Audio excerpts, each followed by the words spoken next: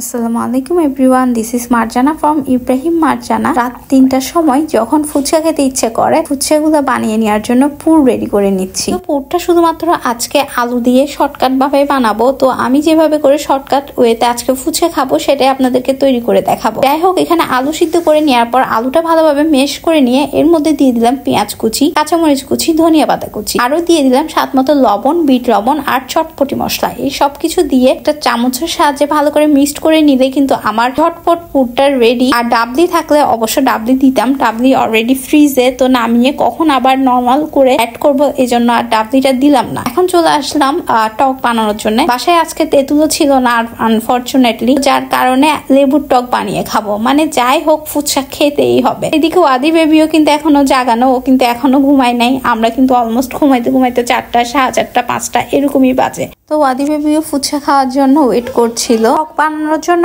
এখানে পেঁয়াজ কুচি, ধনিয়া পাতা কুচি, কাঁচামরিচ কুচি দিয়ে এরপরে লেবু রস চিপে দিয়ে দিলাম। আর এদিকে পুরটাও রেডি। উপরে সামান্য একটু লেমন জিস্টও দিয়ে দিলাম, এতে করে কিন্তু নাইস একটা ফ্লেভার আসে। যাই হোক, টকের মধ্যে এখন বিট লবণ, চটপটি মশলা, স্বাদ মতো লবণ আর চিনি দিয়ে মিক্সড করে নিলেই কিন্তু টকটা রেডি। আর হ্যাঁ, সামান্য একটু পানি অ্যাড করে দিয়েছি। আর এখন একটা সিদ্ধ করা ডিম এর উপরে আর টকের উপরে সামান্য একটু দিয়ে দিলাম। আর এখন ফুচকা ভাজার পালা। তো চলে আসলাম ফুচকা ভাজার জন্য। জিনিসটা দেখতে কিন্তু আমার থেকে অনেক বেশি স্যাটিসফাইং লাগে। যদিও আজকের ফুচকাগুলো কেমন জানি কয়েকটা ফুল ছিল আর কয়েকটা ফুলতেছে না, কেন এমন হলো বুঝতে পারলাম না। আর আপনাদেরও যদি এরকম এক্সপিরিয়েন্স হয়ে থাকে, এর সলিউশন জানা থাকে, অবশ্যই কিন্তু জানাবেন যে সবগুলো ফুচকা কিভাবে করে ভাজলে ফুলবে।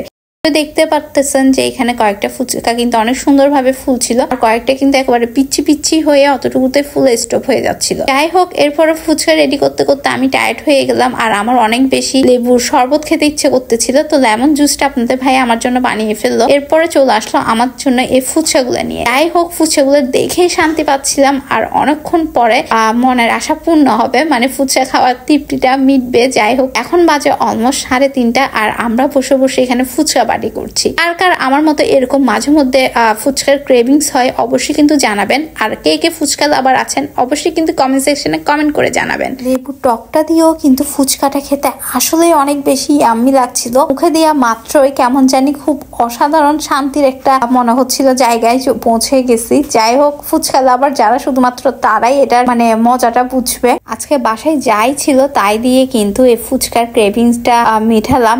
খেতে কিন্তু অনেক ভালো লাগছিল। হয়তো বা ফুচকা খাওয়ার অনেক বেশি ক্রেভিংস হচ্ছিল দেখে এই জন্যই মজা লাগছিল আমার। কিন্তু আপনাদের ভাইয়া বললো যে না, আসলে অনেক বেশি মজা হয়েছে। তো আপনাদেরও কিন্তু এরকম ঝটপট ফুচকা খাওয়ার ক্রেভিংস হলে রাত বিরাতে আপনারাও কিন্তু এই আইডিয়াটা ফলো করে খেয়ে দেখতে পারেন। মজাই লাগে, খারাপ না। যাই হোক, আমাদের ভিডিওগুলো আপনাদের কাছে কেমন লাগে বলুন তো। যদি ভালো লেগে থাকে অবশ্যই একটা থামস আপ দিবেন। আর যারা এখন ইব্রাহিম মারজানাকে ফলো করেননি, ইব্রাহিম মারজানাকে ফলো করে আমাদের সাথেই থাকবে। আর আপনাদের যে কোনো ধরনের প্রমোটিং কাজের জন্য কিন্তু আপনারা আমাদের সাথে ইনবক্সে যোগাযোগ করতে পারেন। তো সবাই অনেক বেশি ভালো থাকবেন, আমাদের জন্য বেশি বেশি দোয়া করবেন। ফুচকা খেতে খেতে আজকে এখানেই বিদায় নিচ্ছি। That's it for today.